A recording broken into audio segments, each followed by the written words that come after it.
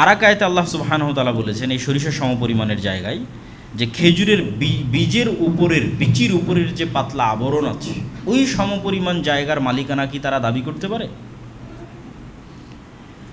ঠিক আছে, যদি তারা মালিকানা দাবি না করতে পারে তাহলে তাদেরকে বলো যে তারা এতটুকু দাবি করুক যে আল্লাহ সুবহানাহু ওয়া তাআলা যখন এই আসমান এবং জমিন সৃষ্টি করেছিল তখন তাদের সহযোগিতা নিয়েছিল।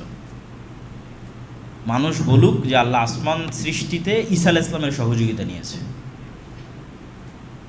মারিয়াম আলাইহিস সালাতু ওয়াস সালামের সহযোগিতা নিয়েছে, শাহজালাল শাহপরানের সহযোগিতা নিয়েছে, মা কালী মা দুর্গার সহযোগিতা নিয়েছে, এটা দাবি করুক। মালিকানার দাবি যখন করতে পারতেছে না তখন সহযোগিতার দাবি করুক যে আল্লাহ আসমান জমিন সৃষ্টিতে তোমাদের এই বাতিল ইলাহদের সহযোগিতা নিয়েছে। এটাও তো তারা করতে পারবে না। তো এরকম বিভিন্ন অ্যাঙ্গেল থেকে আল্লাহ সুবহানাহু ওয়া তাআলা একটি কথাই ফুটিয়ে তুলতে চেয়েছেন। যেমন আর এক আয়াতে আল্লাহ সুবহানাহু ওয়া তাআলা বলছেন, আয়ুশরিকুনা মা লা ইয়াখলুকু শাইয়্যান ওয়া হুম ইখলাকুন, তারা কি আল্লাহ ব্যতীত এমন কিছুর ইবাদত করে যারা কোনো কিছু সৃষ্টি করতে পারবে না? আর এক আয়াতে আল্লাহ সুবহানাহু ওয়া তাআলা বলছেন তাদেরকে বলো যে তারা মাছি বা মশা সৃষ্টি করতে পারবে কিনা। তাহলে সৃষ্টি করার ক্ষমতা রবের, তাহলে যে সৃষ্টি করার ক্ষমতা রাখে না সে ইবাদত পাওয়ার যোগ্যতা রাখে না। বরং অহুম ইখলাকুন, বরং ওদেরকেই তো কেউ না কেউ সৃষ্টি করেছে। যত বাতিল ইলাহের মানুষ ইবাদত করতেছে তাদেরকেই কেউ না কেউ সৃষ্টি করেছে। আল্লাহ সুবহানাহু ওয়া তাআলা পবিত্র কোরআন মাজিদে এই সেম বিষয়টা ফুটে তোলার জন্য আর এক আয়াতে বলছেন, ওয়ালা তাদউ মিন দুনিল্লাহি মা লা ইয়ানফাউকা ওয়া লা ইয়াদুররুক। এবং ইব্রাহিম আলাইহিস সালাতু ওয়াস সালাম তার পিতাকে বলছেন যে মা লা ইয়াসমাউ আও ইউবসির, যে হে পিতা আপনি এমন কিছুর ইবাদত করছেন যার না উপকার করার ক্ষমতা আছে না ক্ষতি করার ক্ষমতা আছে, না শোনার ক্ষমতা আছে না দেখার ক্ষমতা আছে। তো এই প্রত্যেকটা অ্যাঙ্গেল থেকে আল্লাহ সুবহানাহু ওয়া তাআলা এই কথাটি ফুটিয়ে তুলতে চেয়েছেন যে ইবাদতের যোগ্যতা তারই যার রব হওয়ার ক্ষমতা আছে। কুল হুয়াল্লাহু আহাদ আল্লাহুস সামাদ লাম ইয়ালিদ ওয়া লাম ইউলাদ, যে আজকে জন্ম নিল কালকে মারা যাবে তার মধ্যে রব হওয়ার ক্ষমতা নাই। মৃত্যুবরণকারী কখনোই রব হতে পারে না, কারণ রব হতে হলে আসমান জমিন সকল কিছুর রব, মানে তাকে চিরন্তন অবস্থায় থাকতে হবে, বাধ্যতামূলক। ওয়ালাম ইয়াকুল্লাহু কুফুয়ান আহাদ, এবং তার সাদৃশ্য কেউ হবে, তার সমকক্ষ কেউ থাকবে, এটাও হওয়া যাবে না। সে একক এবং অদ্বিতীয় হবে। তো এত যুক্তি তর্ক দেওয়ার পরেও এবং পৃথিবীর কোনো বাতিল ইলাহ এই প্রমাণ না দিতে পারার পরেও যে তাদের মধ্যে রব হওয়ার ক্ষমতা নাই, সৃষ্টি করার ক্ষমতা নাই, সহযোগিতা করার ক্ষমতা নাই, পৃথিবীর মালিকানা দাবি করার ক্ষমতা নাই, চিরন্তন জীবিত থাকার ক্ষমতা নাই, ঘুমবিহীন কোনো কিছুর প্রতি মুখাপেক্ষিতাবিহীন খাদ্যবিহীন থাকার ক্ষমতা নাই, এতগুলো যুক্তিতর্কের পরেও কয়জন মানুষ প্রকৃত তাওহীদের প্রতি ঈমান আনয়ন করেছে? পুরো কোরআন এই বিশাল যুক্তিতর্ক দিয়ে পরিপূর্ণ করা আছে। নবী রাসূলরা এই বিশাল যুক্তিতর্ক দিয়ে তাদের উম্মতদের হেদায়েত করার চেষ্টা করেছেন, আমরাও বলে যাচ্ছি। কিন্তু আজকের পৃথিবীতে কতজন মানুষ এই তাওহীদের প্রতি ঈমান আনয়ন করেছে? কোন অবস্থায়? যখন এই সমস্ত বাতিল ইলাহদের রব হওয়ার প্রমাণ দেওয়ার ক্ষমতা নাই সেই অবস্থায়। তাহলে এবার কল্পনা করেন মানুষের ঈমানের অবস্থা কি হবে যেই দিন এমন একজন আসবে যে রব হওয়ার প্রমাণের ক্ষমতার প্রমাণ দিবে, সে দাজ্জাল। আমি যদি বুঝাতে না পারি সেটা আমার ব্যর্থতা। যে আল্লাহ আদম থেকে মুহাম্মদ সাল্লাল্লাহু আলাইহি ওয়াসাল্লাম পর্যন্ত নবী রাসূল পাঠিয়ে অন্য ইলাহদের ব্যর্থতা বুঝাচ্ছেন কি যে এরা রব হওয়ার ক্ষমতা এদের নাই। তাহলে রব হওয়ার ক্ষমতা যে নাই সারা দুনিয়ার মানুষ দেখতেছে, তারপরও পূজা করতেছে, তারপরও ইবাদত করতেছে। তাহলে যেই দিন এমন কেউ আসবে যে রব হওয়ার প্রমাণ দিবে, আসো জান্নাত আছে আমার কাছে, জাহান্নাম আছে আমার কাছে, তোমার বাপদাদা মৃত হয়ে গেছে জীবিত করে নিয়ে এসে দিচ্ছি, আসমান বৃষ্টি বর্ষণ করবে আমার আদেশে। পুরো কোরআন তো আল্লাহ চ্যালেঞ্জ দিয়ে রেখেছে যে বৃষ্টি কে বর্ষণ করে? আমি আল্লাহ বৃষ্টি বর্ষণ করি। তাহলে ইবাদত কার হবে? আমি আল্লাহর হবে। ঈসা আলাইহিস সালাম কি বৃষ্টি বর্ষণ করাইতে পারে? শাহজালাল কি পারে? মা কালী মা দুর্গা কি পারে? তাহলে ওদের কেন তোমরা ইবাদত করো? তারপরেও তো মানুষ হিদায়াত হয় না। তাহলে যেদিন এমন একজন আসবে যার আদেশে বৃষ্টি হবে, সেই দিন মানুষের ঈমান কোথায় থাকবে? এত যুক্তি তর্ক দিয়ে যেখানে মানুষকে তাওহীদের প্রতি ঈমান আনয়ন করানো যাচ্ছে না, যাদের রব হওয়ার ক্ষমতা নাই তাদের সামনে গিয়ে মানুষ তাদের মাথা নত করতেছে, তাহলে যেদিন এমন কেউ আসবে যে রব হওয়ার ক্ষমতার প্রমাণ দিবে, সেই দিন মানুষ ঈমান কিভাবে ধরে রাখবে? পারবেন? এই জন্য দাজ্জালের ফিতনা আলা ওয়াজহিল আরজ পৃথিবীর সবচেয়ে বড় ফিতনা। এটা ফেরাউনের চেয়ে বড় ফিতনা, নমরুদের চেয়ে বড় ফিতনা। আদ, সামুদ এবং অতীতে যত বাতিল কওম চলে গেছে, ধ্বংসপ্রাপ্ত কওম চলে গেছে, তাদের চেয়ে বড় ফিতনা। এই ফিতনায় মানুষের ঈমান ধরে রাখা কত কঠিন হবে তা এই আলোচনা থেকে যদি বোঝা সম্ভব হয়, তাহলে আশা করি আপনারা বুঝতে পেরেছেন। প্রিয় উপস্থিতি, আল্লাহ সুবহানাহু ওয়া তাআলা পৃথিবী ধ্বংসের পূর্বে অসংখ্য বড় ফিতনা দিবেন এবং আসবে। এটি কোরআন এবং হাদিসে স্পষ্টভাবে উল্লেখিত এবং বর্ণিত আছে। সেগুলোরই যদি আমরা সারমর্ম আপনাদের সামনে তুলে ধরতে চাই, তাহলে সেই সারমর্ম দাঁড়াবে এরকম যে রাসূল সাল্লাল্লাহু আলাইহি ওয়াসাল্লাম একটি হাদিসে বলছেন, উদুদ সিত্তাম বাইনি ওয়া বাইনা ইয়াদাই সাআহ, তোমরা 6টা জিনিসকে গণনা করে রাখো আমার এবং আমার মৃত্যুর পরে এবং কিয়ামতের মধ্যে। এই 6টা জিনিসের মধ্যে 1 নম্বরই হচ্ছে আমার মৃত্যু। মুহাম্মদ সাল্লাল্লাহু আলাইহি ওয়াসাল্লামের আগমন, স্বয়ং তার আগমন পৃথিবী ধ্বংসের সবচেয়ে বড় আলামতগুলোর একটি। কেননা আগের সকল নবীর পরে মানুষ অপেক্ষা করত পরের নবীর, আর শেষ নবী আসার পরে এখন অপেক্ষা কিয়ামতের। সে অপেক্ষা 1 দিনের, 1 বছরের, 1000 বছরের, 1 লক্ষ বছরের, কিন্তু বাক্য এটাই, মুহাম্মদ সাল্লাল্লাহু আলাইহি ওয়াসাল্লামের পরেই কিয়ামত হবে। আর আগের বাক্যগুলো কি ছিল? ঠিক আছে, মুসা ইসলামের পরে আরেকজন নবী আসতেছে, ইউসা বিন নূন, তারপরে আরেকজন নবী আসতেছে, কিয়ামত তখনও আসেনি। কিন্তু মুহাম্মদ সাল্লাল্লাহু আলাইহি ওয়াসাল্লামের পরে আরেকজন নবী আসতেছে না, মুহাম্মদ সাল্লাল্লাহু আলাইহি ওয়াসাল্লামের পরে সরাসরি কিয়ামত। তাহলে কিয়ামতের সবচেয়ে বড় আলামত পৃথিবীতে চলে এসেছে, 1400 বছর পার হয়ে গেছে। সেটা হচ্ছে মুহাম্মদ সাল্লাল্লাহু আলাইহি ওয়াসাল্লামের আগমন এবং তার মৃত্যু। তারপর রাসূল সাল্লাল্লাহু আলাইহি ওয়াসাল্লাম বললেন মসজিদে আকসা বিজয় হবে। তারপরে বললেন এমন এক ভয়ঙ্কর মহামারী দেখা দিবে, গরু, ছাগল, মুরগির পালে মহামারী দেখা দিলে যেমন একটাও বাঁচে না, মানুষের অবস্থা সেরকম হবে। তারপরে বললেন এমন ধন সম্পদের আধিক্যতা দেখা দিবে যে 100 দিনারকেও মানুষ অল্প মনে করবে। তারপরে বললেন এমন এক ফিতনা প্রকাশ পাবে যা আরবের প্রত্যেকটা ঘরে প্রবেশ করবে। তারপরে বললেন তোমাদের মধ্যে এবং রোমানদের মধ্যে একটি চুক্তি হবে। এই প্রত্যেকটা কথারই বিভিন্ন ব্যাখ্যা আছে, যেহেতু এগুলো গায়েবের খবর, অবশ্যই হবে, কিন্তু কোনটা আল্লাহ সুবহানাহু ওয়া তাআলা ভালো জানে, হবেই হবে। ওই 2 মহামারী, কোন 2 মহামারী আল্লাহ ভালো জানে। সাহাবীরা অসংখ্য বড় বড় মহামারীকে মনে করেছেন এটি সেই মহামারী। সামনেও আরও বড় ভয়ঙ্কর মহামারী আসতে পারে, সেটিও হতে পারে। আর ফিতনা আরবের প্রতিটি ঘরের মধ্যে ফিতনা প্রবেশ করবে, এটির দ্বারা যুদ্ধ, বিগ্রহ, মারামারি, গণ্ডগোল উদ্দেশ্য নেওয়াই অন্যান্য হাদিসের সামঞ্জস্য অনুযায়ী বেশি মিল রাখে। কেন রাসূল সাল্লাল্লাহু আলাইহি ওয়াসাল্লাম অন্য হাদিসগুলোতে বলেছেন অচিরেই ফোরাত নদীর মধ্যে থেকে এমন এক স্বর্ণের পাহাড় বের হবে যেটা নিয়ে সারা আরব যুদ্ধে জড়িয়ে পড়বে, ভয়ঙ্কর যুদ্ধ। তো এমন এক ফিতনা, যে ফিতনা আরবের প্রতিটা ঘরে যুক্ত হবে, সেটা এইরকম যুদ্ধ, বিগ্রহ, গৃহযুদ্ধ, মারামারি, গণ্ডগোল, এই টাইপ কিছুই। এবং এই বিষয়গুলোকে অবিশ্বাস করার কিছু নাই। এই জন্য অবিশ্বাস করার কিছু নাই যে আজ থেকে 200 বছর আগেও মানুষের কাছে এটা আশ্চর্য মনে হতো যে এই মাটির নিচে তেল আছে এবং গ্যাস আছে এবং সেটা মানুষ ব্যবহার করে বিদ্যুৎ পরিচালনা করবে। এইটার চাইতে তো অন্তত কম আশ্চর্যের নয় যে সোনা থাকবে। এটা বেশি আশ্চর্যের এখন যেটা আমরা ইউজ করতেছি। কাদের জন্য? যারা আগে চলে গেছে। আজ থেকে 200-300 বছর আগে যারা চলে গেছে, তারা যদি আজকের পৃথিবীতে আসে এবং দেখে পৃথিবীর মাটির নিচ থেকে গ্যাস এবং তেল বের হচ্ছে, আর সেই গ্যাস এবং তেল দিয়ে মানুষ ফ্যান চালাচ্ছে এবং ইলেকট্রিসিটি ইউজ করতেছে, তো তাদেরকে যদি বলা হয় অচিরেই এখান থেকে একটা স্বর্ণ বের হবে, কোনটা আশ্চর্য? যেটা দেখবে এটা বেশি আশ্চর্যের। সুতরাং যা রাসূল সাল্লাল্লাহু আলাইহি ওয়াসাল্লাম বলেছেন তাই হবে। ব্যাখ্যার ভিন্নতা থাকতে পারে, বাস্তবে সরাসরি স্বর্ণ হতে পারে, দামি কিছু হতে পারে।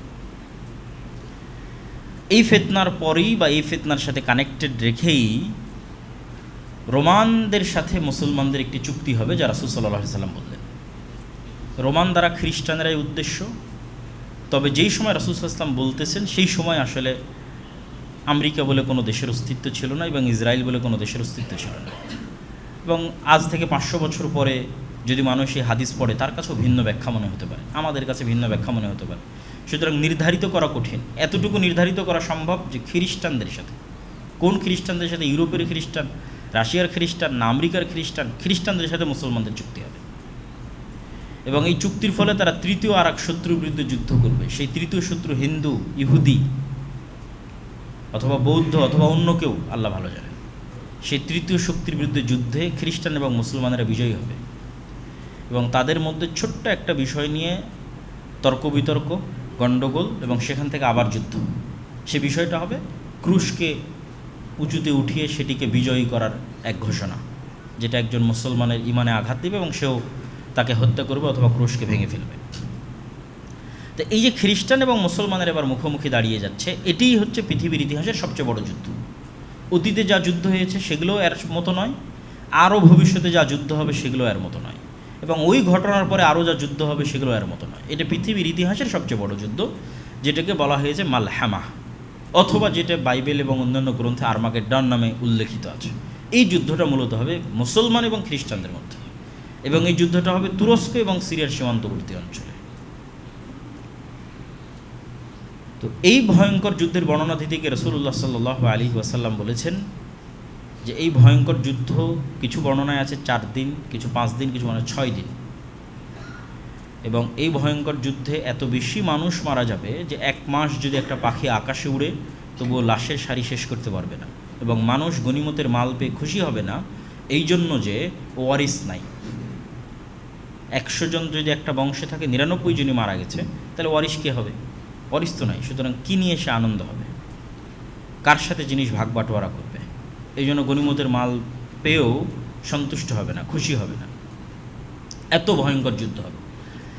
এই যুদ্ধের কথা বলতে গিয়ে রাসূলুল্লাহ সাল্লাল্লাহু আলাইহি সাল্লাম বলেছেন, মদিনা থেকে তৎকালীন বিশ্বের সবচেয়ে আল্লাহওয়ালা, তাকওয়াবান, পরহেজগার, সর্বশ্রেষ্ঠ মানুষরা বের হয়ে আসবে এই যুদ্ধে অংশগ্রহণ করার জন্য, এবং তারা তাদের শাম, সিরিয়ার ভাইদের সাথে কাঁধে কাঁধ মিলিয়ে এই যুদ্ধে অংশগ্রহণ করবে।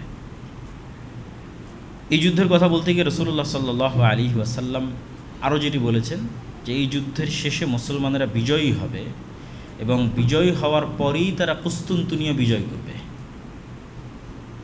কুস্তুনতুনিয়া হচ্ছে আজকের তুরস্কের ইস্তাম্বুল, এবং যখন রাসূল সাল্লাল্লাহু আলাইহি ওয়াসাল্লাম এই হাদিস বলতেছেন তখন কুস্তুনতুনিয়া বাইজেন্টাইন এম্পায়ারের রাজধানী, এবং সুলতান মোহাম্মদ আল ফাতেহের পূর্ব পর্যন্ত প্রায় 700-800 বছর মুসলমানেরা লাগাতার চেষ্টা করেছে এই কুস্তুনতুনিয়া বিজয় করার জন্য, কিন্তু তারা কুস্তুনতুনিয়া বিজয় করতে পারেনি। সুলতান মোহাম্মদ আল ফাতেহ কুস্তুনতুনিয়া বিজয় করেছেন, সেটি এখন মুসলমানদের নগরী, কিন্তু রাসূল সাল্লাল্লাহু আলাইহি ওয়াসাল্লামের কথা অনুযায়ী বোঝা যাচ্ছে কিয়ামতের পূর্ব মুহূর্তে এটি আবারও বিজিত হবে। ফলত কিয়ামতের পূর্ব মুহূর্তে এটি হাতছাড়া হওয়ারও সম্ভাবনা আছে, যেহেতু আবার বিজিত হবে। এবং এই কুস্তুনতুনিয়া বিজয়ের কথা রাসূল সাল্লাল্লাহু আলাইহি ওয়াসাল্লাম আর এক হাদিসে এভাবে উল্লেখ করছেন যে লা তাকুমুস সাআহ, ততদিন পর্যন্ত কিয়ামত হবে না যতদিন না ইসহাক আলাইহিস সালাতু ওয়াস সালামের বংশের 70,000 মানুষ এমন এক শহরে যুদ্ধ না করে যেই শহরের এক পাশে সমুদ্র এবং আর এক পাশে সমতল। জানিবুহাল বার ওয়া জানিবুহাল বাহার, এক পাশে সমুদ্র আর এক পাশে সমতল, ইসহাক আলাইহিস সালাতু ওয়াস সালামের বংশের। এই হাদিস থেকে বোঝা যায় যে আসলে ইসহাক আলাইহিস সালাতু ওয়াস সালামের বংশের আর কেউ এখন ইহুদি নাই। ইসহাক আলাইহিস সালাতু ওয়াস সালামের বংশের সবাই মুসলমান হয়ে গেছে। ফলত আজকের যারা নিজেদেরকে ইহুদি দাবি করতেছে তারা ব্লাডলি, রক্তগতভাবে ইব্রাহিম আলাইহিস সালাতু ওয়াস সালামের সাথে কানেক্টেড নয়, এবং এটা জেনেটিক্যালিও প্রুফ করা সম্ভব। কীভাবে? ইব্রাহিম আলাইহিস সালাতু ওয়াস সালাম হচ্ছেন সেমিটিক, সাম, এবং ইব্রাহিম আলাইহিস সালামের 2 ছেলে ইসহাক এবং ইসমাইল, তারাও হচ্ছে নূহ আলাইহিস সালাতু ওয়াস সালামের সন্তান, সামের বংশধর। ফলত তাদের গায়ের রং আজকের আরব এবং আজকের ফিলিস্তিনের যে গায়ের রং, সেই গায়ের রং হচ্ছে তাদের গায়ের রং। তাহলে যারা নিজেকে ইব্রাহিম আলাইহিস সালাতু ওয়াস সালামের সন্তান দাবি করবে তাদের গায়ের রঙের সাথে গায়ের রঙের মিল থাকতে হবে। ইউরোপের সাদা চামড়া, যেটা ইয়াফেস, নূহ আলাইহিস সালাতু ওয়াস সালামের বংশধর ইয়াফেসের গায়ের রঙের সাথে মিলে, সেই সাদা চামড়ার কেউ এসে দাবি করবে যে না আমি ইব্রাহিমের সন্তান, এটা জেনেটিক্যালি মেলে না। এবং এটার উপর অনেক লম্বা আলোচনা আছে এবং ঐতিহাসিকভাবে প্রমাণ করা আছে যে আজকের ইহুদিরা কোনোভাবেই ইব্রাহিম আলাইহিস সালাতু ওয়াস সালামের বংশধর নয়। আর এই হাদিসে রাসূল সাল্লাল্লাহু আলাইহি ওয়াসাল্লাম স্পষ্ট করে দিয়েছেন ইসহাক আলাইহিস সালাতু ওয়াস সালামের বংশের 70,000 মানুষ আল্লাহ সুবহানাহু ওয়া তাআলার রাস্তায় যুদ্ধ করবে এমন এক শহরে, যে শহরের এক পাশে সমুদ্র এবং এক পাশে সমতল। এবং এই শহর কোনো অস্ত্র দিয়ে বিজয় হবে না, এই শহর বিজয় হবে মুজাহিদদের মুখের ধ্বনিতে, আল্লাহু আকবার, লা ইলাহা ইল্লাল্লাহ, এই আওয়াজে দেওয়াল পড়ে যাবে এবং বিজয় হবে। তো ব্যাখ্যাকারগণ এই শহরকে অধিকাংশই লিখেছেন যে এই শহর হচ্ছে ইস্তাম্বুল, যেটা ওই যে যুদ্ধ হচ্ছে ভয়ঙ্কর যুদ্ধ, ওই যুদ্ধের পরে বিজয় হবে। আবার কেউ কেউ লিখেছেন এই শহর হচ্ছে ইতালির রাজধানী রোম, কেননা কিছু কিছু হাদিসে, যদিও ওই হাদিসগুলো জয়ীফ, কিছু কিছু হাদিসে রোম শব্দটা আছে। রাসূল সাল্লাল্লাহু আলাইহি ওয়াসাল্লামকে জিজ্ঞেস করা হচ্ছে, এটা জয়ীফ হাদিস, যে আল্লাহ নবী মুসলমানের আগে কুস্তুনতুনিয়া বিজয় করবে না আগে রোম বিজয় করবে। তো দুটি ব্যাখ্যাই হতে পারে, আল্লাহু আলাম। কেন হতে পারে সেটাও বলে দিই, যে এই যুদ্ধে খ্রিস্টানেরা যেহেতু তাদের সর্বোচ্চ শক্তির সমাবেশ ঘটাবে, যা পৃথিবীর ইতিহাসের সবচেয়ে বড় যুদ্ধ হবে, এবং রাসূল সাল্লাল্লাহু আলাইহি ওয়াসাল্লামের বলা ভাষা অনুযায়ী প্রায় 10 লক্ষ সেনাবাহিনী এই যুদ্ধে অংশগ্রহণ করবে, একদম পদাতিক মাঠে উপস্থিত থাকবে 10 লক্ষ। তাহলে এত বিশাল সৈন্য সমাবেশ করার পরে যখন খ্রিস্টানরা পরাজিত হয়ে যাবে, তখন মুসলমানদেরকে বাধা দিবে এরকম কোনো শক্তি পৃথিবীতে থাকবেই না, কেননা সবচেয়ে বড় যুদ্ধ তো হয়ে গেছে। যেই যুদ্ধে খ্রিস্টানরা তাদের সবচেয়ে বেশি শক্তির বহিঃপ্রকাশ ঘটিয়েছে, সেই যুদ্ধে তাদের পরাজয় হয়েছে। ফলত এখন সামনে বাধা দানকারের কেউ নাই, এখন শুধু বিজয় আর বিজয়। সেই বিজয় ইস্তাম্বুল হতে পারে, সেই বিজয় ইতালির রাজধানী রোম হতে পারে, সেই বিজয় পুরো ইউরোপ হতে পারে। এবং এগুলো ঈসা আলাইহিস সালাতু ওয়াস সালাম আসার পূর্বেই, দাজ্জাল আসার পূর্বেই। এই জন্য অনেক মানুষ যারা শুধু এই হতাশাতেই থাকে যে আর কিচ্ছু হবে না, যেই দিন ইমাম মাহদি আসবে সেই দিন হবে, যেই দিন ঈসা আলাইহিস সালাম আসবে সেই দিন হবে। কিন্তু হাদিসের কনটেক্সট বলতেছে যে দাজ্জাল আসার পূর্বেই, ঈসা আলাইহিস সালাম আসার পূর্বেই মুসলমানেরা সারা পৃথিবী বিজয় করে নেবে। আমার এবং আপনার মতো সাধারণ মানুষেরা, নতুন কোনো নবী ছাড়া, নতুন কোনো কোরআন ছাড়া এবং নতুন কোনো হাদিস ছাড়া, নতুন কোনো নবী ছাড়া, নতুন কোনো নবীর সহচর্য ছাড়া, নতুন কোনো নবীর সোহবত ছাড়া, নতুন কোনো কোরআনের সোহবত ছাড়া, সহচর্য ছাড়া, নতুন কোনো হাদিসের সহচর্য ছাড়া, যেই কোরআন এবং যেই হাদিস আমাদের কাছে আছে, এই কোরআন এই হাদিস, এবং যেমন আমাদের মাঝে কোনো নবী নাই, এরকম কোনো নবীবিহীন অবস্থাতেই আমাদের মতো সাধারণ মানুষরা সারা পৃথিবী বিজয় করে নেবে এই কোরআন দিয়ে, এই হাদিস। এই জন্য কাজের অনেক কিছু আছে। আপনি শুধু শেষ জামানার বিষয় নিয়ে আলোচনা করবেন আর সেগুলো নির্ধারণ করতে থাকবেন, কিন্তু ওগুলোর চেয়ে বড় জিনিস তো আপনার কাছে আছে, সেটা কোরআন এবং হাদিস। এটা থেকেই তো এত বড় বিজয় হবে। তাহলে ওই কোরআন এবং হাদিসের উপর আমল করাই তো কাজ। এটা সব শেষে আরও একবার বলবো এই কথাটা। তো এই ঘটনার পরে যখন মুসলমানদের বিজয় অভিযান আর থামছে না, চলছেই, তখন এটাকে থামানোর জন্যই শয়তান আড়াল থেকে বলবে দাজ্জাল তোমাদের বাড়ি ঘরে প্রবেশ করে গেছে, এবং এটা হবে পৃথিবীর ইতিহাসের সবচেয়ে বড় শকিং নিউজ। এত বড় শকিং নিউজ পাওয়ার কারণে আর বিজয় অভিযান পরিচালনা না করে সবাই রিটার্ন ব্যাক করবে শামে, দামেস্কে, ফিলিস্তিনে, যে আসলেই দাজ্জাল আমাদের বাড়ি ঘরে ঢুকে গেছে কিনা। কিন্তু এটা মিথ্যা নিউজ, তখনও দাজ্জাল বের হয়নি। তারপরে যখন তারা ফিরে আসবে ততক্ষণে দাজ্জাল সত্যি বের হয়ে যাবে, এবং দাজ্জাল যখন বের হয়ে যাবে তখন এক নিমিষে, এক মিনিটে যেই মুসলমানেরা 10 লক্ষ বাহিনীর একটা বাহিনীকে পরাজয় করে কুস্তুনতুনিয়া, ইতালি, ইউরোপ, জেরুজালেম, ভারত সব বিজয় কমপ্লিট করে ফেলেছে, সেই মুজাহিদ বাহিনী দেখবে যে এক নিমিষে তাদের ক্ষমতা জিরো, তাদের পাওয়ার জিরো। কেননা দাজ্জাল যখন আসবে সে এক্সট্রা অর্ডিনারি অলৌকিক ক্ষমতা নিয়ে আসবে। যদি অতিক্রম করবে তো কোনো এক শহরে গিয়ে বলবে তোমরা আমার প্রতি ঈমান আনয়ন করো, তো সেই শহরের মানুষ তার প্রতি ঈমান আনয়ন করবে। তখন ধন সম্পদ ওই শহরের মানুষের পিছনে এমনভাবে ছুটবে যেভাবে মৌমাছির চাকের সাথে লেগে থাকে। তারপরে আর এক শহরে গিয়ে দাজ্জাল বলবে তোমরা আমার প্রতি ঈমান আনয়ন করো। সম্ভাব্য ওই শহর দামেস্ক, শামের কোনো নগরী যেখানে মুসলমান এবং মুজাহিদরা বসবাস করতেছে। তারা বলবে যে না, আমরা তোমার প্রতি ঈমান আনয়ন করবো না। তখন আসমান এবং জমিনের ফসল উৎপাদনের ব্যবস্থাপনা তাদের জন্য এমনভাবে বন্ধ করে দেওয়া হবে যে তাদের কাছে খাবারের কোনো ব্যবস্থাপনাই থাকবে না। ফলত যেহেতু কোনো খাবারই উৎপন্ন হচ্ছে না, ঘাসও যেহেতু উৎপন্ন হচ্ছে না, ফলমূল শাকসবজি তো বহুদূরের কথা, ঘাসও যেহেতু উৎপন্ন হচ্ছে না, তখন বাঁচার জন্য তাদের বাড়িতে থাকা যে আগের যে ফার্নিচারগুলো আছে, কাঠ, টেবিল, সেগুলো চিবিয়ে চিবিয়ে এর মধ্যে থেকে রস বের করার চেষ্টা করবে, এবং এটাই কেই খাদ্যদ্রব্য হিসেবে বানিয়ে বেঁচে থাকার চেষ্টা করবে। এই রকম অসহায় অবস্থায় চলে যাবে। এবং যেহেতু দাজ্জাল এক্সট্রা অর্ডিনারি ক্ষমতা নিয়ে এসেছে, পাওয়ার নিয়ে এসেছে, এবং এটা আল্লাহ সুবহানাহু ওয়া তাআলাই তাকে দিয়েছে, ফলত এখান থেকে ঈমান বাঁচিয়ে এইরকম কষ্টের মধ্যে টিকে থাকা এত সহজ হবে না। একমাত্র তারাই পারবে যাদের ন্যূনতম 1 টাকার প্রতিও অবৈধ লোভ নাই। আজকে আপনি আপনার নাফসকে চেক করে দেখেন যে একটা অবৈধ টাকার প্রতি আপনার লোভ আছে কিনা, তাহলে নিশ্চিত জেনে থাকেন আপনি দাজ্জালের ফিতনা থেকে বাঁচতে পারবেন না। কেন দাজ্জাল যখন আসবে তখন সকল টাকা পয়সা দাজ্জালের কাছে, আর আপনাকে কিসের জন্য প্রস্তুত হবে? মরার জন্য।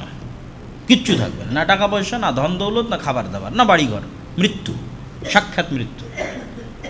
তাহলে যার 1 টাকাও অবৈধর প্রতি লোভ আছে সে বাঁচতে পারবে না।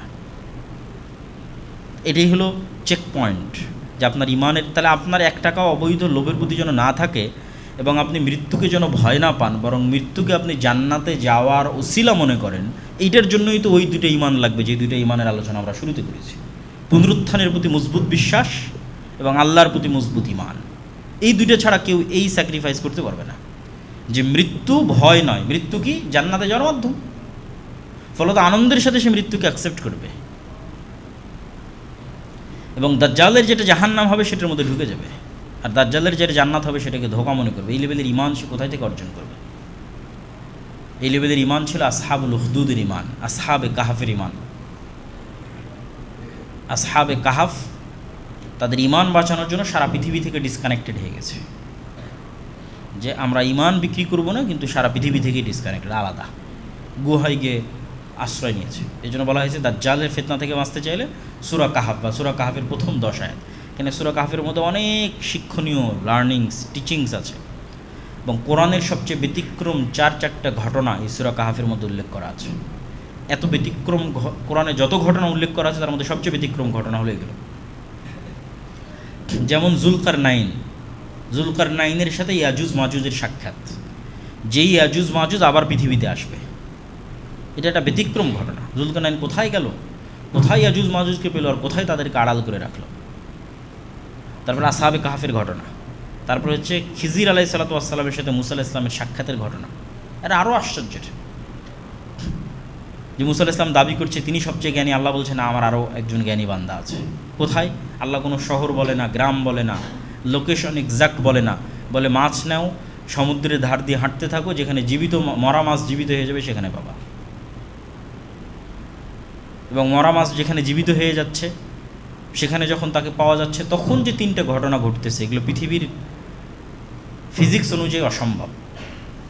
যে একটা বাচ্চা ভবিষ্যতে তার বাপ মাকে হত্যা করবে, তাই আমি অতীতে তাকে হত্যা করতেছি, টাইমকে নিয়ে যে এই খেলা, এটা পৃথিবীতে শুধু সায়েন্স ফিকশনের মধ্যেই সম্ভব, বাস্তবে সম্ভব নয়। কিন্তু এটা খিজির আলাইহিস সালাম বাস্তবে করতেছেন, ভবিষ্যতে যা ঘটবে তা দেখে এসে অতীতে সেটার সমাধান বের করতেছেন। এরকম অসংখ্য আশ্চর্য ঘটনা এই সূরা কাহাফের মধ্যে উল্লেখ করা আছে, যেগুলো হয়তো মানুষ যখন দাজ্জাল বের হয়ে যাবে তখন হয়তো এই ঘটনাগুলোর সঠিক অর্থ বুঝতে পারবে, যে ঘটনাগুলো কী ছিল এবং কীভাবে ঘটেছে। সূরা কাহাফের মধ্যে আরেকটা যেটা মানুষের কাছে মনে হবে না আশ্চর্যের, কিন্তু আসলে এগুলোর চেয়েও আশ্চর্যের, সেটা হচ্ছে 2 ভাই বা 2 বন্ধু, তাদের 2টা বাগান ছিল। একজন বাগানের মধ্যে ঢুকে বলল, আল্লাহ সুবহানাহু ওয়া তাআলা কোরআন মাজিদে বলতেছেন যে সে বাগানের মধ্যে ঢুকে বলতেছে, ওমা আযুন্নু সাআতা কাইমা, আমি মনে করি না যে কোনোদিন কিয়ামত হবে, কোনোদিন কিয়ামত হতে পারে এটা মনে করি না, কিয়ামতকে অস্বীকার করতেছে।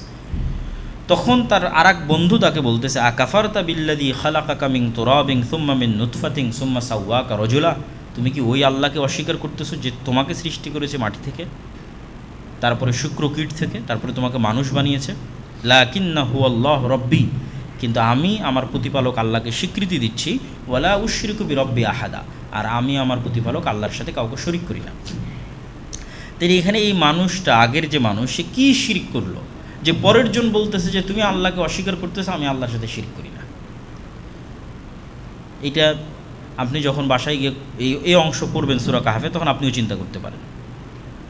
তো এইটা ছাড়া আর অন্য উত্তর দেওয়া কঠিন যে সে কিয়ামতকে অস্বীকার করলো, এটাকেই শিরকের মধ্যে কাউন্ট করা হয়েছে।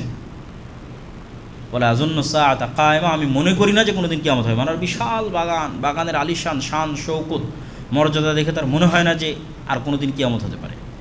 তো পৃথিবীর শান শৌকত চাকচিক্য আসলে এমন লেভেলে পৌঁছে যাবে যে কিয়ামত যে হতে পারে এই বিশ্বাসই মানুষের মধ্যে থেকে উঠে যাবে, আর এই বিশ্বাস উঠে গেলেই তো ফিতনার মধ্যে পড়ে যাবে। এই জন্য পুনরুত্থান, মানুষের পুনরায় জীবিত হতে পারে, কিয়ামত হবে, এই বিশ্বাসটা ইসলামের অন্যতম বিশ্বাসগুলোর একটি। তো সূরা কাহাফের এই 4টে ঘটনা থেকে আলাদা আলাদা করে আলোচনা করা এবং শিক্ষার অনেক কিছু আছে, যদি অন্য কোনো দিন সময় হয় আমরা ওই শিক্ষণীয় বিষয়গুলো আলোচনা করবো ইনশাল্লাহ। তো আমরা যেখানে ছিলাম যে দাজ্জালের এই ফিতনা, এই ভয়ঙ্কর ভয়াবহ ফিতনায় মুসলমানেরা একদম অসহায়, কিচ্ছু নাই। আর ঠিক দাজ্জাল যখন আসতেছে তখন আসলে খ্রিস্টান এবং ইহুদিরা অসহায়, কেন ওই যে ভয়ঙ্কর যুদ্ধে তাদের পরাজয় হয়েছে এবং মুসলমানেরা সব বিজয় করে নিচ্ছে। ফলত দাজ্জাল মাসিহ, দাজ্জালও মাসিহ, ঈসাও মাসিহ, দুইজনই উদ্ধারকারী, দুইজনই বিপদ থেকে উদ্ধারকারী। একজন মিথ্যা উদ্ধারকারী, একজন সত্য উদ্ধারকারী। তো মিথ্যা উদ্ধারকারী বিপদ থেকে উদ্ধার করবে ইহুদিদেরকে, খ্রিস্টানদেরকে, যদিও অধিকাংশ খ্রিস্টান মুসলমান হয়ে যাবে, মুসলমান না হওয়ার মধ্যে শুধু ইহুদিরাই থাকবে। ফলত কিছু খ্রিস্টান এবং বেশিরভাগ ইহুদিকে বিপদ থেকে উদ্ধার করার জন্য দাজ্জাল আসবে। আর বাস্তবে বিপদ থেকে উদ্ধার করবে কেন? তখন সকল ক্ষমতা দাজ্জালের। এবার যেহেতু সকল ক্ষমতা দাজ্জালের, তাহলে বিপদে কারা? মুসলমানেরা। তাহলে এখন মুসলমানদের বিপদ থেকে উদ্ধার করবে সত্য মাসিহ, উনিও মাসিহ, ঈসা মাসিহ। এবং যেহেতু তাকে বিপদ থেকে উদ্ধার করতে হবে, এই জন্য তাকে আল্লাহ সুবহানাহু ওয়া তাআলা দাজ্জালের চেয়েও বেশি এক্সট্রাঅর্ডিনারি অলৌকিক ক্ষমতা দিয়ে পাঠাবে। দাজ্জালের হাতে যা অলৌকিক ক্ষমতা আছে তার চেয়ে বেশি অলৌকিক ক্ষমতা ঈসা আলাইহিস সালামের কাছে থাকবে, এবং সত্য এবং পার্মানেন্ট। এবং ঈসা আলাইহিস সালামের বিষয়ে রাসূল সাল্লাল্লাহু আলাইহি ওয়াসাল্লাম বলছেন যে তার নিঃশ্বাসে কাফেরের মৃত্যু হবে, যে কোনো কাফের তার নিঃশ্বাসের এরিয়ার মধ্যে পড়লেই মারা যাবে। এবং উনি দাজ্জালকে যদি অস্ত্র প্রয়োগে হত্যাও না করেন, শুধু তাকে দেখলেই দাজ্জালের মৃত্যু হবে, লবণ যেভাবে পানিতে গলে যায় সেভাবে। তো ঈসা আলাইহিস সালামও এক্সট্রা অর্ডিনারি অলৌকিক ক্ষমতা নিয়ে আসবে, যেটার মোকাবেলা আর দাজ্জাল করতে পারবে না। ফলত মিথ্যার সামনে যখন সত্য উপস্থিত হয় তখন যা হওয়ার তাই হবে। মিথ্যা মাসিহের সামনে যখন সত্য মাসিহ উপস্থিত হবে তখন তার সকল মিথ্যার জাল ফাঁস হয়ে যাবে এবং সে পরাজিত হবে, তাকে হত্যা করবে ঈসা ইসলাম নিজে হাতে। এবং ওই যে ইহুদিরা বিভিন্ন পাথর এবং গাছের আড়ালে আশ্রয় নেবে, ওই ঘটনা এখন ঘটবে। সকল হাদিসকে মিলালে এই ঘটনা এখনই ঘটবে, যে দাজ্জালের সাথে যে 70,000 আসপাহানের ইহুদিরা থাকবে, এরা তখন দাজ্জালের মৃত্যুর পর বিভিন্ন পাহাড়ের গুহায়, পাথরে, গাছের আড়ালে লুকাবে। তখন ওই যে অলৌকিকত্ব একবার প্রকাশ পেয়ে গেছে, গায়েবের অলৌকিকত্ব একবার প্রকাশ পেয়ে গেছে, ওটা আরও বিভিন্ন জায়গায় দেখা যাবে। তখন গাছ এবং পাথরও বলা শুরু করবে, ইয়া আবদুল্লাহ, হে আল্লাহর বান্দা, আসো, এখানে একজন ইহুদি লুকিয়ে আছে, তাকে হত্যা করো। এবং যেই পৃথিবীর সবচেয়ে বড় ফিতনা যে ঈসা আলাইহিস সালামের হাত দিয়ে ধ্বংস হলো, সেই ঈসা আলাইহিস সালামকে আল্লাহ সুবহানাহু ওয়া তাআলা বলবেন, এখন যে ফিতনা আসবে সেটা তুমিও মোকাবেলা করতে পারবে না, এটা হচ্ছে ইয়াজুজ মাজুজের ফিতনা। তাহলে পৃথিবীর সবচেয়ে ভয়ঙ্কর ফিতনা দাজ্জালের ফিতনা, যা মোকাবেলা করতে পারেনি স্বাভাবিক মুমিন মুজাহিদরা, যারা কোনো নবী ছাড়াই, কোনো নতুন কোরআন এবং নতুন হাদিস ছাড়াই সারা পৃথিবী বিজয় করে ফেলেছে। তারা দাজ্জালের ফিতনার সামনে তাদের ঈমান ধরে রাখতে পারবে, কিন্তু দাজ্জালের সাথে ফাইট দিতে পারবে না। এবার যেই ঈসা আলাইহিস সালামের মাধ্যমে দাজ্জালকে পরাজিত করা হলো, সেই ঈসা আলাইহিস সালামকে বলা হবে যে এখন যারা আসবে তাদের সাথে আপনিও পারবেন না, ফলত আপনি তুর পাহাড়ে আশ্রয় নেন, মুমিন মুজাহিদদেরকে সহ তুর পাহাড়ে আশ্রয় নেন। এবং ইয়াজুজ মাজুজের সংখ্যাধিক্যের কথা বলতে গিয়ে রাসূলুল্লাহ সাল্লাল্লাহু আলাইহি সাল্লাম বলেছেন, এটা সহিহ হাদিস, যে বনু আদমের প্রতি 1999 জন জাহান্নামে, আদমের সন্তানের প্রত্যেক 1999 জাহান্নামে।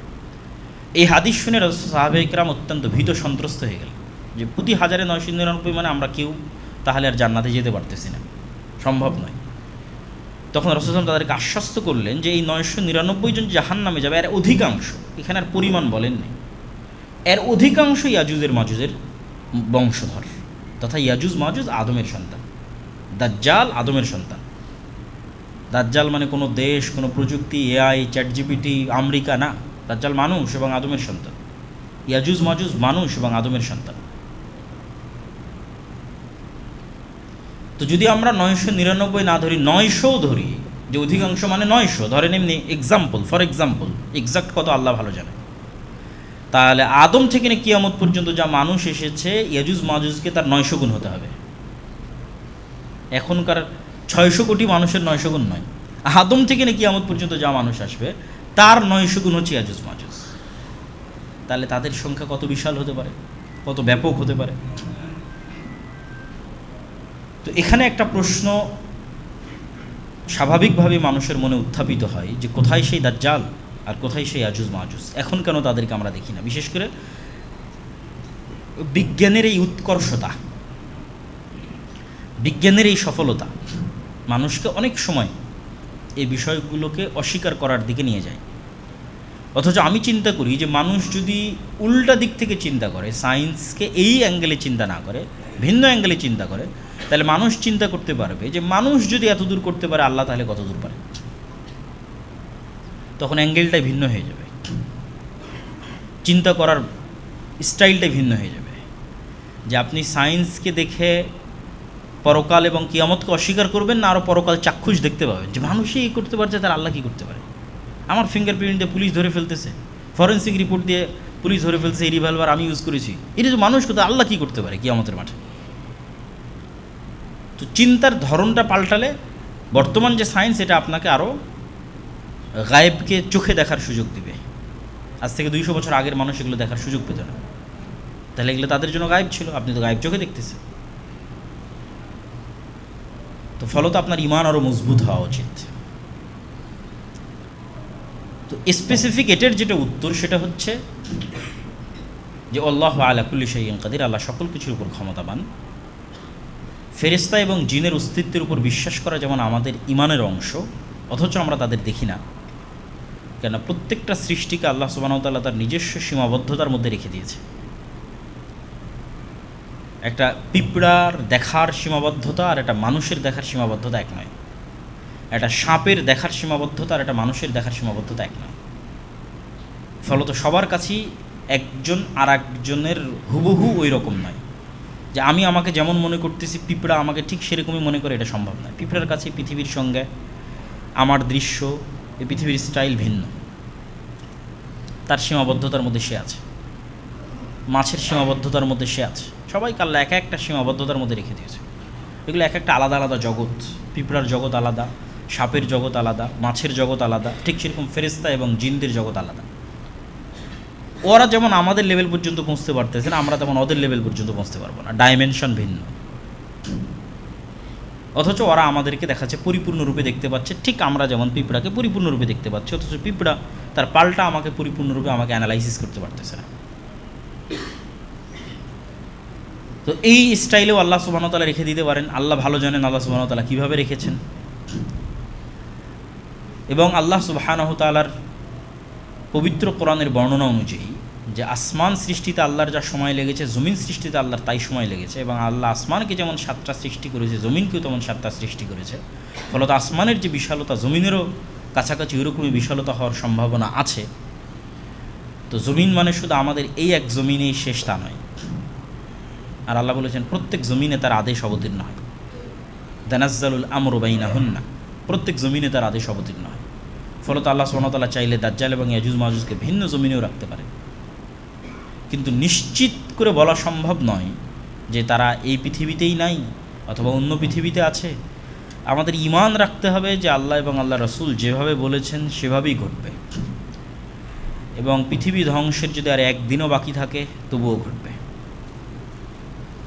কিন্তু সম্ভাবনা আছে। আল্লাহ যেমন এই পৃথিবীতেও রাখার সক্ষম, ঠিক অন্য পৃথিবীতেও রাখতে সক্ষম। আর দাজ্জালের আগমনটা পুরোটাই একটা ব্যতিক্রম, এক্সট্রা অর্ডিনারি কার্যকলাপ, যেগুলো মানুষ কখনো কল্পনা করেনি। সেই কার্যকলাপগুলোর মধ্যে দিয়ে যাবে। যেমন রাসূল সাল্লাল্লাহু আলাইহি ওয়াসাল্লাম বলছেন, দাজ্জালের প্রথম দিন হবে 1 বছরের সমান, দ্বিতীয় দিন হবে 1 মাসের সমান, তৃতীয় দিন হবে 1 সপ্তাহের সমান। আল্লাহ চাইলে আল্লাহর সরাসরি আদেশে এটা সংঘটিত করতে পারেন। যে আল্লাহ সুবহানাহু ওয়া তাআলা সূর্যকে 1 মাসের জন্য প্রলম্বিত করে দিলেন, দিনকে 1 বছরের জন্য প্রলম্বিত করে দিলেন। কিন্তু আল্লাহর সুন্নাত বিবেচনা করলে দেখা যায় যে আল্লাহ সুবহানাহু ওয়া তাআলা যা কিছু ঘটান ধারাবাহিক ঘটনার পরিপ্রেক্ষিতে এবং পরিক্রমায় ঘটান। বেশিরভাগ ক্ষেত্রে 90 থেকে 99% সময় আল্লাহর সুন্নাত এটি যে প্রতিটি ঘটনা ধারাবাহিক ঘটনার পরিপ্রেক্ষিতে ঘটে। ইউসুফকে কুয়া থেকে বের করতে হবে, তার জন্য আল্লাহ ফেরেশতা দিয়ে তাকে বের করে নিবে, সাধারণত এরকম হয় না। কিন্তু আল্লাহ চাইলে পারতেন। ওটাও একটা ঘটনার মাধ্যমে ঘটবে। একদল মানুষের খাবারের প্রয়োজন, পানির প্রয়োজন, তারা দেখতেছে ওখানে পাখি উঠতেছে, তাহলে ওখানে মনে হয় পানি আছে, সেই কুয়াতে যাবে, সেখানে বালতি ফেলবে, দেখবে একটা বাচ্চা বেরিয়ে আসলো ইউসুফ। আল্লাহ সুবহানাহু ওয়া তাআলা ইউসুফ আলাইহিস সালাম যখন জেলে, তখন চাইলে জিবরাইল দিয়ে ফেরেশতা দিয়ে দেওয়াল ভেঙে তাকে জেল থেকে বের করে দিতে পারতেন। কিন্তু ওইটাও আল্লাহ একটা ঘটনার পরিক্রমার মধ্যে দিয়ে ঘটাচ্ছেন। উনি 7 বছর জেল খাটবেন, তারপরে তার যারা সঙ্গী ছিল তাদেরকে সে দিনের দাওয়াত দিবে, ওই সঙ্গীরা যখন মুক্তি পাবে বাদশাহ একটা স্বপ্ন দেখবে, সেই স্বপ্নের ব্যাখ্যা কেউ করতে পারবে না। ওই সঙ্গী তখন বাদশাকে বলবে যে এই স্বপ্নের ব্যাখ্যা একজন জানে, যে জেলের মধ্যে আছে, এবার ওটার ওসিলায় সে জেল থেকে বের হবে। কত সূক্ষ্মভাবে একটার পর আর একটা ঘটতেছে। তো আল্লাহর সুন্নাত দেখলে বোঝা যায় ঘটনার ধারাবাহিকতাতেই ঘটার কথা। তথা এটা পৃথিবীর ইতিহাসের একটা ভয়ঙ্কর ঘটনা যে পৃথিবী একদিন হবে 1 বছরের সমান। তাহলে বড় কোনো ঘটনার পরিপ্রেক্ষিতে এই ঘটনা ঘটবে। আসমান এবং জমিনকে স্বাভাবিক হতেই ওই বড় ঘটনার ধাক্কা সামাল দিতেই একদিন হতে হবে 1 বছরের সমান, একদিন হতে হবে 1 মাসের সমান, একদিন হতে হবে 1 সপ্তাহের সমান। কিন্তু ঘটনা কি আল্লাহ সুবহানাহু ওয়া তাআলা ভালো জানে। কিন্তু আল্লাহর সুন্নাত বলে কোনো ঘটনার ধারাবাহিকতা এটা ঘটবে। তবে আল্লাহ চাইলে এমনিও ঘটাতে পারেন। কোনো ঘটনা ঘটলো না, স্বাভাবিকভাবে আল্লাহ সুবহানাহু ওয়া তাআলা একদিনকে 1 বছরের সমান করে দিলেন, একদিনকে 1 মাসের সমান করে দিলেন, একদিনকে 1 সপ্তাহের সমান করে দিলেন। ওয়া আলা কুল্লি শাইইন কাদির। আল্লাহ সকল কিছুর উপর ক্ষমতাবান। তো দাজ্জাল এবং কিয়ামতের পূর্ব মুহূর্তে সংঘটিত ফিতনাগুলো আলোচনা করার পর আমাদের জন্য শিক্ষণীয় কি? আমাদের জন্য 1 নাম্বার শিক্ষণীয় হচ্ছে কবে ঘটবে, কখন ঘটবে এটার প্রতি ফোকাস না দিয়ে, এখন ঘটতেছে কাল ঘটতেছে এটার প্রতি ফোকাস না দিয়ে 2টি জিনিস মাথায় রাখতে হবে। রাসূল সাল্লাল্লাহু আলাইহি ওয়াসাল্লাম বলেছেন, যে ব্যক্তি মৃত্যুবরণ করলো তার কিয়ামত সংঘটিত হয়ে গেল। তাহলে আমি যদি এখন মারা যাই, আমার কিয়ামত আসলে এখনই হয়ে গেছে। এবং এই কথাটা বাস্তবেও সত্য। কেন সত্য? কিয়ামত হলে কি হবে? আপনি পরকাল দেখবেন, গায়েব দেখবেন। তো আপনি মৃত্যুবরণ করার সাথে সাথেই তো আপনি গায়েবের জগতে যাত্রা শুরু করবেন। আপনি ফেরেশতাও দেখবেন, জান্নাতের ঠান্ডা বাতাসও পাবেন, জাহান্নামের লু হাওয়াও দেখবেন, কবরে ফেরেশতারা আপনাকে জিজ্ঞাসাবাদ করবে সেটাও দেখবেন, হয় জান্নাতে পাখি হিসেবে উড়ে বেড়াবেন। তাহলে তো গায়েব তো আপনি দেখেই নিলেন। তো গায়েব যেহেতু দেখে নিলেন, পরকাল তো আপনার দেখা হয়ে গেছে। তাহলে আপনার পরকাল দেখার জন্য দাজ্জাল আসা পর্যন্ত অপেক্ষা করতে হবে, ইমাম মাহদী আসা পর্যন্ত অপেক্ষা না। আপনার পরকাল তো আপনার মৃত্যু, ওইটার মাধ্যমেই তো পরকালের পথে আপনার যাত্রা শুরু। তাহলে কোনটা কবে ঘটবে এটার প্রতি ফোকাস না দিয়ে, আমি যেহেতু মারা যাব সেহেতু আমার কিয়ামত আমার মৃত্যুর সাথে সংশ্লিষ্ট।